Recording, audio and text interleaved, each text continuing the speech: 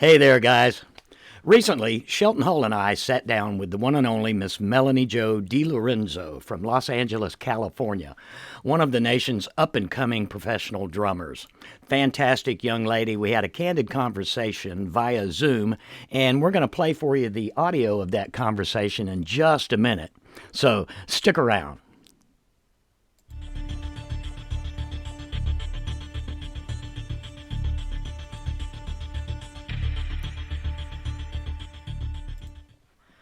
Melanie Jo Dilorenzo, aka Melanie Jo Drums. You can find her on Facebook, Instagram, and you can find the Contrast Project and the Lounge on Facebook, Instagram, and Twitter. Don't forget to like, share, and comment. Please go to our YouTube channel, like, share, comment, and smash that subscribe button. Ding that bell so you get all the updates and notifications for new episodes. We've got a lot of good episodes coming up. In fact, we've got a part 2 of this interview with Melanie Jo coming up further on in the week. And I'm going to be doing a series with other female drummers from around the country, including Jacksonville, Florida. We have a number of female drummers, and we're going to be talking to them about what it's like working in the biz that has been long, male-dominated. The music business has been male-dominated, although there have been some very famous female drummers out there that have laid down some really good tracks, and Melanie Jo is certainly one of those. I want to talk just a second about Melanie's background, and I'm going to tell you something right off the bat, too. I'm kind of embarrassed that I did not even know, and I've been following her on social media for some time, a couple of years, and listening to her play, and I knew that she was, playing with ZZ Top, did some TV appearances, and Billy Gibbons of ZZ Top, that is, and the BFGs, and I did not know. I did not know until I dug a little bit deeper that she had ties to Jacksonville, my hometown. Shelton and I are from Jacksonville. And I think Shelton may have known it, but in any case, she graduated from University of North Florida with a degree in jazz drumming, applied jazz. And soon after graduating from there, now the whole time she was living in Jacksonville, she was touring up and down, all around with some regional acts. And she left for California after she graduated from UNF, went out to Los Angeles, and has since played at just about every major venue out there and every band that is considered to be hot, okay? She is playing with everybody. It seems as though she's playing almost every other night during the week, on the weekends, and of course, Los Angeles, it has a robust nightlife, so there's plenty for her, to keep her busy. Certainly. So we talked about that, and one of the things that gets me, too, is in 2015, she was picked up by chance, and you'll hear it in the interview, just by chance.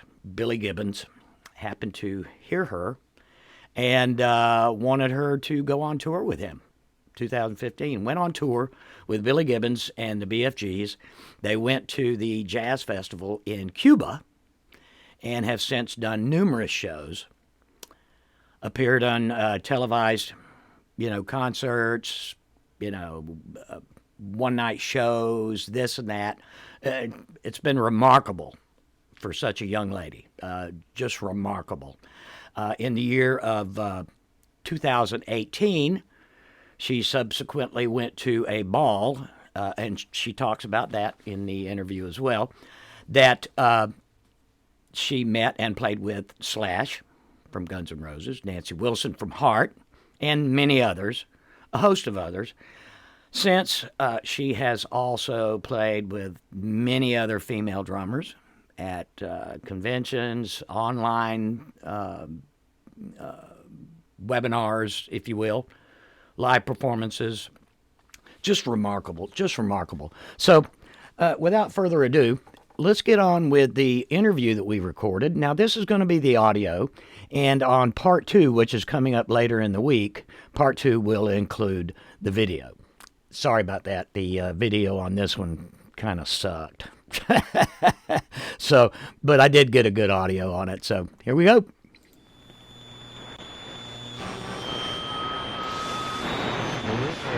Contrast Project, Western Enclave.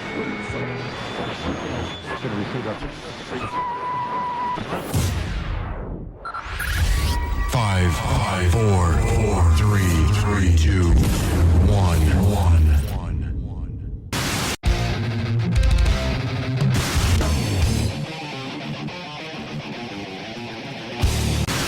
Well, now. Terror, horror, death. Film at 11.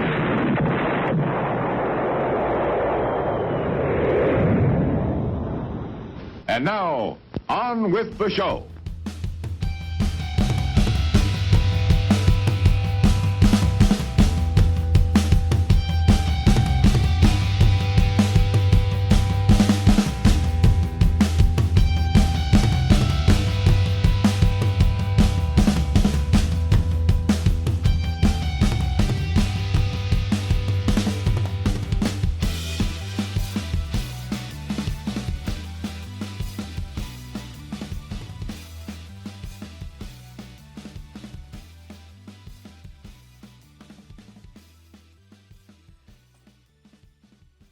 Coming to us all the way from Los Angeles, California, to join me and Shelton here on the Contrast Project Lounge, we have Melanie Jo, Dilorenzo. Melanie, how are you? Hello. I'm doing very good, actually. Can't complain. Yeah, it's been LA's fun, for sure. No, can't complain at all. Yeah, LA's fun. You stay pretty busy. LA's a big city. Yes. Yeah, I mean, once you're in LA, there's like always stuff to do.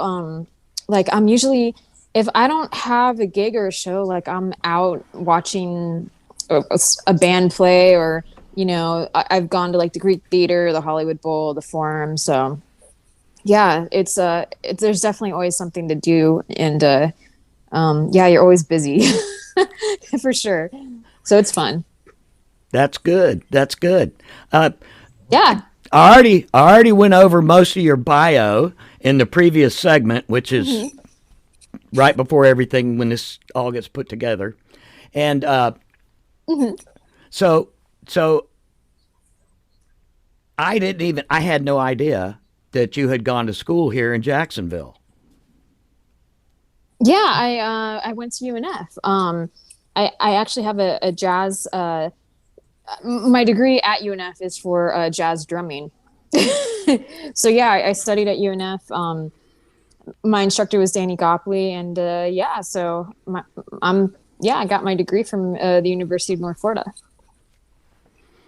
So when did you decide? Yeah. When did you decide to leave Jacksonville and head up there to LA? Well, I decided to leave like right when I graduated. I've always wanted to move to LA. In fact, when I was like 15, 16, I was just gonna go there anyway. And my mom's like, "No, you gotta stay in school and stuff." I'm like, "Yeah, I don't want to do this." But yeah, so yeah, they made me stay. But I was gonna leave when I was like 15, 16. But I didn't. I went to college instead. But yeah, then that's right when I moved to Jacksonville. And then the pandemic happened, and then I had to stay in Jacksonville for a little bit. And then once stuff kind of cooled down in LA, I came back. Well, it's not too bad if if you have to stay at the beach. It's not too bad. Yeah, no, it's not too bad. And my parents, actually kind of funny. My parents lived down the road from like Derek Trucks. So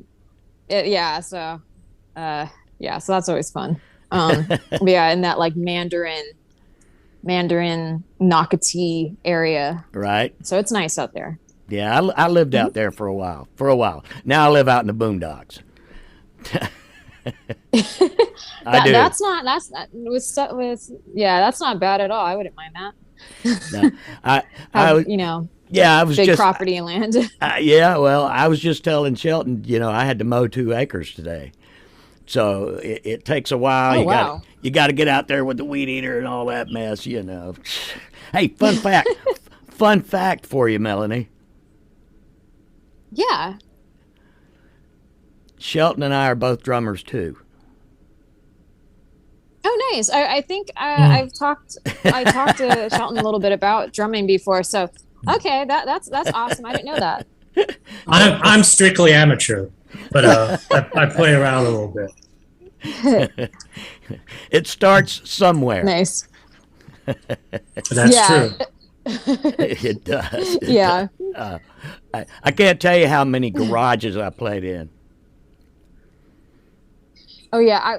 Luckily, I don't think I've played in garages because I've been lucky enough that my parents and family do not mind the noise too much. So they're like, oh yeah, just have people over and come jam in the house. So I've been lucky on that account. So Even when I was, yeah, yeah. So they're cool about that. that's pretty good. That's pretty good. Hey, Yeah. I guess out in L.A. Is where you met Billy Gibbons, the legendary Billy Gibbons. Yeah, well, kind of a funny story. So, he found me on YouTube. You So you that's have how that. Yeah, you have a lot of videos on your channel. yeah. I do have a lot of videos. I do. So yeah, he was just looking for drummers on YouTube and happened to come across one of mine, and then he had his musical director hit me up on Facebook of all things, and at first I was like, "Is this like a scam?" But I did know that. I was lucky enough to know that I did see that he was going out on tour, and I knew some of the other members that were doing that. So I was like, okay, it's not a scam. And then literally within 10 minutes of me talking to the music director, Martine, I was talking to Billy. Wow. So, wow. So yeah. and then in Yeah. what was it, 2015, you went on tour with him. Yeah, so 2015, 2016, because we kind of like split the year and did it in sections, and then we went to Cuba. Yeah, we went out on tour with Billy Gibbons and the BFGs, and we did a whole run through the U.S., and then we did a documentary, which a lot of people have seen. Like every time it airs, someone will say, "Oh, I saw the documentary." I was like, "Yeah." So we did a documentary of our Wow. adventure into Cuba. Yeah, so that was fun. Cuba was fun. Cuba was definitely experience. I've heard it was actually pretty fun. A friend of Shelton and mine, local musician, Crucial Eddie Cotton. Him and his wife went down there. They went down there with another couple about a year and a half ago, and they did the whole hostel thing. And they were. Oh, nice. And they went into all these little cantinas, and they were jamming. The one guy plays mandolin, and Eddie plays guitar, and they just Oh, nice. had fun down there. Down there about a month. No, yeah, we stayed in a villa. It was a really nice villa, and they had people, like, they would cook us like breakfast every day. It was really nice. And then a lot of times we'd go over to that hotel. I forget, man, I wish I knew what the name of the hotel was, but I think it's like the famous hotel in Havana. A lot of celebs stay there, and we would just hang out in the hotel. It's right on the ocean, or right on the ocean. So it was nice. But a lot of times we walked around Havana. We would eat at all the vendors that were selling stuff that they were selling, like fruit, mangoes, like just like really good, like Cuban, like cultural, like street food, and it was all delicious. Yeah. So we walked around at Little Havana, but it's really, a lot of the areas are really pretty because it still has that like historical factor where it's still, kind of reminiscence of like the 1950s. There's a lot of old Like the cars are Yep. still the 1950s. Yeah. There's a picture I took of Billy, and he's in front of like this 1950 pink Cadillac. And Perfect. it's a really, yeah. This bright pink 1950 Cadillac with the top off of it, and it's like this really just cool car. It's somewhere, if someone explores my Facebook, it's somewhere on there. Well, they it's nice. they had to when the the island was locked down. They couldn't get newer cars, so they kept those old cars going. Yep. They sure did. They sure And did. they run because we would take taxis and stuff, and you know, and they have like older buses too that we took, and I like the vehicle bikes. So they would have these bicyclists, and they would have like a carriage in the back, and we would take them around the city and stuff. Those are fun. Cool. like the little rickshaw that they have down at the stadiums every weekend. Down, the bicycle on the front. And then you're just riding in the back. Yeah. Yeah. So they're just fun, and they have them on like motorcycles as well. So both bikes and motorcycles. Do you have both of those are fun to get on? Right. Hey, do you have any upcoming gigs with Billy, or any other plans upcoming? Not with Billy. Not with Billy. I was almost going. So I was talking to my friend who's an excellent guitar player. Like his name is Tyler Morris, and he had the slot to open for Billy, and then he asked me to come join him, and I was like, oh, awesome. But then the venue switched, I think, because they wanted just a solo artist to do it instead of a trio. But that was going to happen. That was actually going to happen August 10th. But then the venue decided to like nix it, which I was talking to Billy about it. He's like, oh, that stinks. I was looking forward to it. I'm like, yeah. So, but I have, I've been doing a lot of stuff. I just played over at the Viper Room like last week with an artist called Nick Marzak, and he just he released his album not too long ago, and it's really good. And then I'm playing in this band called Crossing T's Dotting I's, and they're really good. I played with them down at the Garden Grove Amp not too long ago, and then I've been like playing at the Viper Room, and I have a gig at it's called Dirty Mondays. It's a really cool venue in Los Angeles. So I'm definitely keeping busy for sure. Yeah, so that's always fun. Well, if you're a full-time drummer, you got to do that. Yep. That's just to keep your chops up, keep your chops up. When I was doing it full time, I was doing it full time for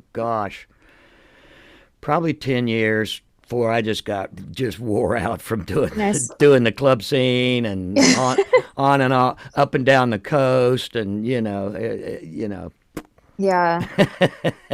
Right now, Yeah, for sure. All I play now is my cajon. That's it. No, for sure. Like, definitely, it'll keep you busy. But also I've been doing a lot of writing with my friend. He's an amazing guitar player. His name is Jordan Ferreira, and we've been writing some songs and stuff. We have basically, it's a duo that we do together, guitar and drums. And he's a fantastic, one of the best guitar players I've played with. He's fantastic. Yeah, so we've been writing some songs, and within the next week or two, we're going to start recording them. Very nice. So that should be fun. We'll look forward to it. We'll look forward to it. Yeah, no, he's great. Yeah. Let me put the car in reverse here, and go back to 2018. It appears as though it looks like you played with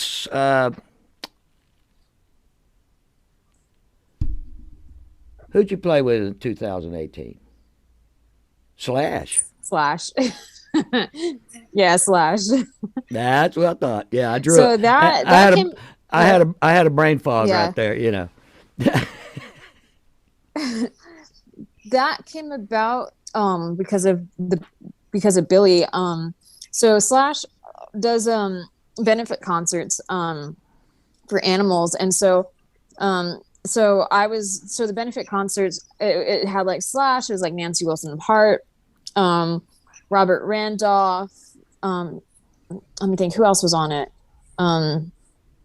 Benton Blunt was on, he's from America's Got Talent, and then Rachel, it was someone from American Idol, Rachel Reinhardt, I believe. Yeah, so it was like a bunch of really cool artists on it, and yeah, and playing with Slash was awesome, and playing with Nancy Wilson and like Robert Randolph and all of them. Yeah. The whole event was just, it's really great. But obviously, because like, you know, I like Guns N' Roses, and growing up I like rock and roll, so Slash and both Nancy, that was really cool. and they're really great to work with, and Slash is just awesome. Yeah. For sure. Now you took part. I believe in some of those virtual gigs that people were doing during the pandemic. Yeah, I was doing some of that. I didn't because I was in Florida, but yeah, I did some of that. I did some with my friends that were in Nashville and LA. We like did I think we did like a John Mayer song or something. But yeah, no, I was doing that a little bit. But a lot of during the pandemic, I was just focusing on like kind of writing music and stuff.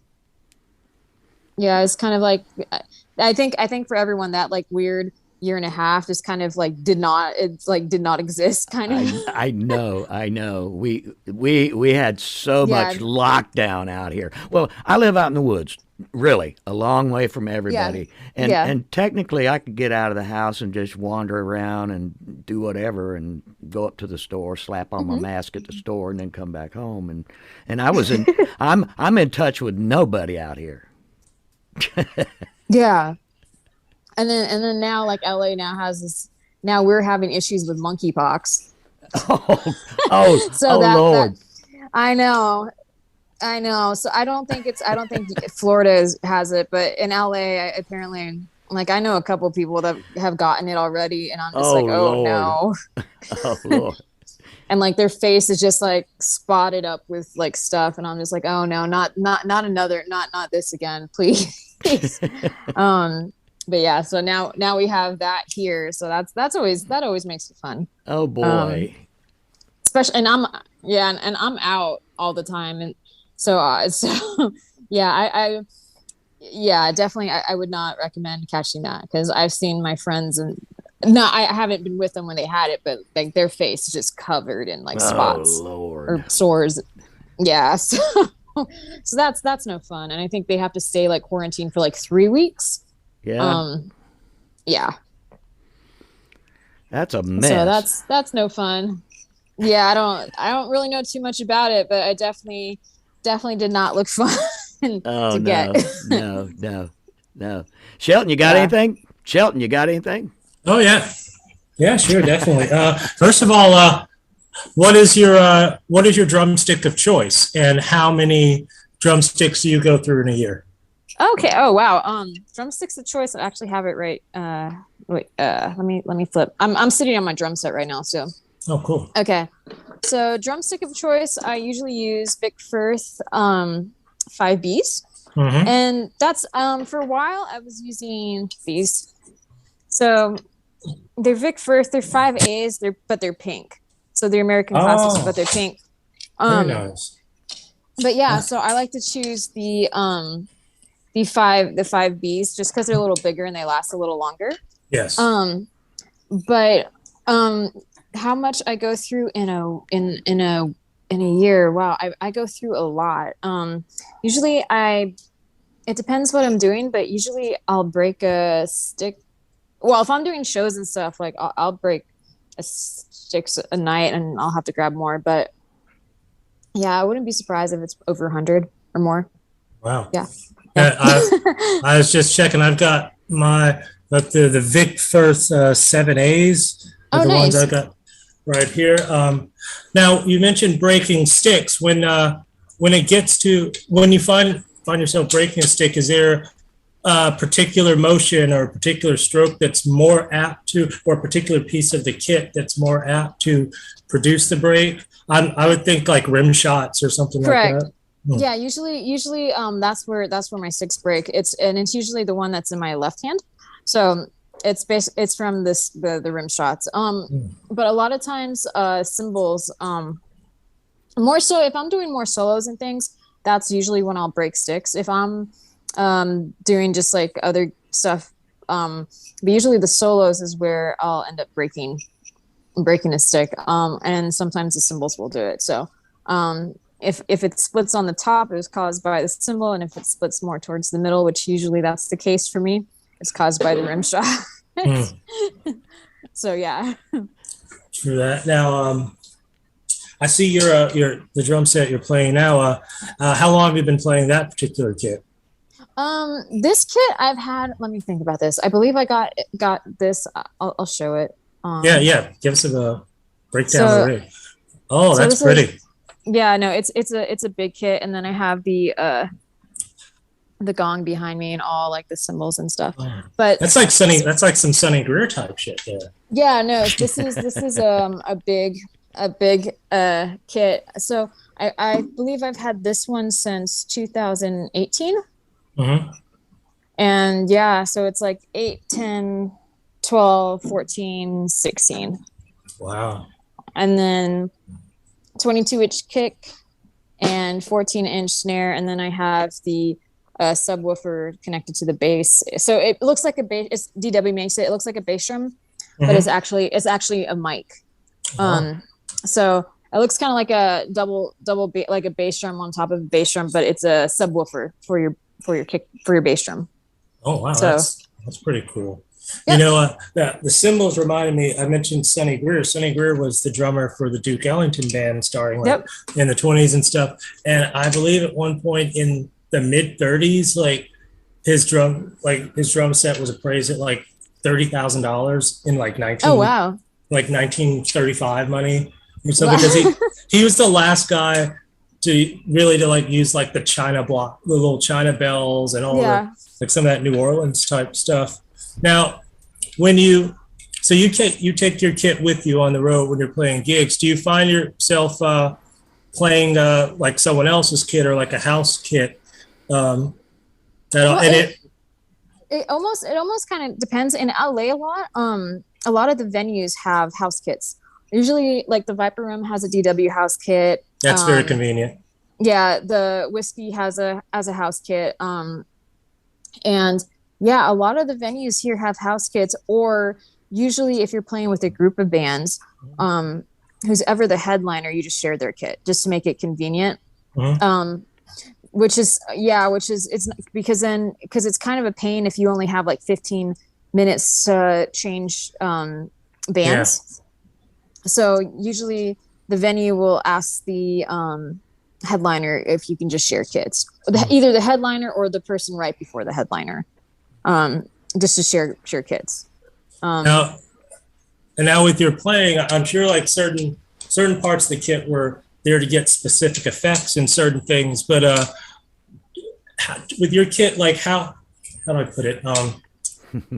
Especially like from the standpoint of a solo, like how much is your playing influenced by your choice of equipment, and how much is your choice of equipment influenced by your playing?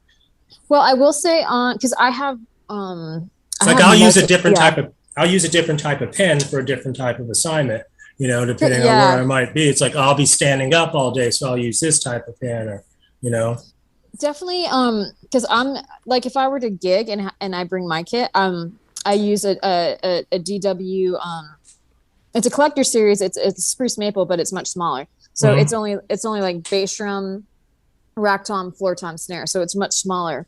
And honestly the playing doesn't change. It's more so just I'm just missing some toms, so it's just less colors. But I mean, if depending on what I'm doing, sometimes I'll just take a bass drum, snare drum, and a hi-hat and just call it a day.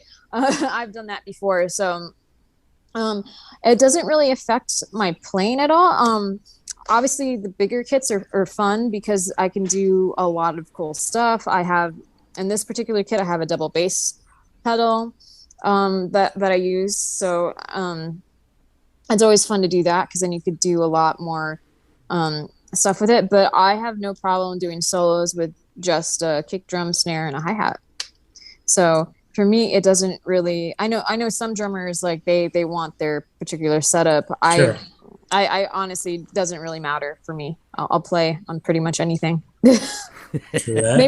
Maybe that's because probably have. I'm so used to all the house kits and stuff. I've played on. Yeah. I've played on some crazy little kits. Crazy. Mm-hmm. I have. Yeah. Well, when we were in Cuba, one of the kits that was there was donated from Stuart Copeland. Oh, nice. Yeah, so he donated. Yeah, he donated his kit. So that was really cool. And it had we had to go get heads in Miami, but they actually had real sheepskin drum heads. Really? I've never seen that before. Yep. But we ended up getting drum heads from Miami. Oh, wow. Now, when you were growing up and getting into drumming as a profession, as a vocation, who was the first? How do I put it? Like, who was the first drummer that made you think about like pursuing it yourself? Go ahead. Yeah, probably John Bonham and Jose Silas from Incubus. So I love Incubus a lot, and I was like, yeah, I want to do that. And then John Bonham, like, is just when you think like rock drummers, he's the, because he has that. He's the gateway sound. Drug. Yeah, Zeppelin's the gateway drug for a lot of stuff. Yeah, that's a separate episode. It totally is, but yeah, he just has that definitive sound. Like you always, it's John. It's him. So probably those two drummers, and Stuart Copeland too. I like Stuart Copeland's playing a lot. It's very distinctive as well. Yeah, for sure. And also there's like a lot of drummers from like the classic rock days that don't get enough recognition. Drummer from Free is great. And just a lot of those bands that came about, but definitely like John Bonham for sure. Absolutely. With how do I put it, with drums, I'd say, all right, a quick question would be, it's the 200th anniversary of Jacksonville. And so we've been talking about how different aspects of the city, as it relates to like the music scene, the art scene, and whatnot. Tracy mentioned Eddie Cotton, who did a great thing at the church, the church next to the baseball stadium, about the history of blues, and as it relates to Jacksonville, they brought out a lot of vintage guitars. So I'd like to ask, as someone who spent time in Jacksonville, especially coming through that UNF system, I emceed the part of the jazz festival a couple months ago, and Danny Gottlieb was playing with the UNF band, so I got to see those guys. Tell me a bit for the casual observer who may not know these guys the way we do, and you chime in on this too, Tracy. Let's just sort of name drop like great jazz. I mean, just great drummers from Jacksonville, and particularly as it relates to that UNF scene you're involved with. Oh wow. Okay, so yeah, I remember used to playing at the jazz festival, but yeah, no, Danny is for sure great. Man, let's see how good my memory is. Probably one of the best drummers around Jacksonville, especially jazz wise. Mm-hmm. Oh, I know his name. Oh crap. I think might be teaching at UNF maybe. Okay, I know his name. Come on, brain work. John Lumpkin. John. Oh Lumpkin. Lumpkin. Yeah. For sure. Lumpkin. Yeah. Yeah, no, he's definitely probably one of the best jazz guys around Jacksonville for sure. I'm trying to think who else. Ben Ben Atkins. Ben Atkins. Thank you. Mm-hmm. Yeah. He's in the Raisin Cake Orchestra. They're playing at Graping right now. Him and I have we started a record label together called Bold City Music Productions, and we are actually right now. They just finished recording a Raisin Cake Orchestra album, and we're gonna have that ready, hopefully before the holidays. Yeah. Oh, that's very awesome. Yeah, no, both John and Ben are like, and I remember Ben being into drum corps stuff as well. Mm-hmm. So he did a lot of like the marching band and all that kind of stuff. And then who else? Gosh, it's been so long, but yeah, those, at least the jazz scene, those two guys are super good. And then Greg Hershey, I believe he does more of the classical stuff, but he's really good too. Yeah, but all those guys are just, really great drummers in the area. And but everyone who comes out of that school is a good musician and stuff. Oh yeah, for sure. Yeah, absolutely, absolutely. We might have to go to a part 2. Would you be willing to do that with us, Melanie? Oh, I'm down for that. Yeah. Cool. Yeah, for sure. Cool. We'll set up a time whenever you're free, and we'll do another one. Yeah. Okay. Yeah, I'm totally down for that. Great. Shelton, how you hanging, buddy? I'm doing fantastic. How are you? I'm doing pretty good. Well, listen. I'll get into town and see you one of these days. I don't know when, but hey, Melanie. Yeah. Next time you come to Jacksonville to play a gig, let us know. I definitely will, for sure. Also, are you doing anything tomorrow night? Anything tomorrow night? Let me think about this. I don't, as of now, no. Okay. Courtney Lewis, the conductor of the Jacksonville Symphony, got called in the last moment to be a substitute conductor for the LA Philharmonic at the Hollywood Bowl tomorrow night. Oh, nice. I wrote an article about it, so I was going to I'm going to call him in the morning and say like, well, hey, I can't get out there, but if you got an extra ticket, I'll let you know and you can take it, Oh yeah, I'd totally be down to go to I love the Hollywood Bowl. It's one of the prettiest venues in Los Angeles. And that's a really cool gig for them too, to conduct the LA Philharmonic, because they're so no, I'd totally be down for that. Oh yeah, there you go. I'll send you the article and tell your LA people, like especially the Jacksonville people, like he'll appreciate the faces. And was it like 15,000 seats there or something like that? Oh yeah, the Hollywood Bowl. It's like Madison Square Garden size almost. Oh yeah, so there's like the pool area, which if you're able to get, I've seen 4th of July. I saw Steve Martin and his because he has like a bluegrass band. So I saw him at the Hollywood Bowl. I was lucky enough to get the pool area, which is cool. It's like right in the front. But yeah, if you're down in the front and you see how big it is, and it's up in the mountains, and so it's really pretty. Cool. Yeah.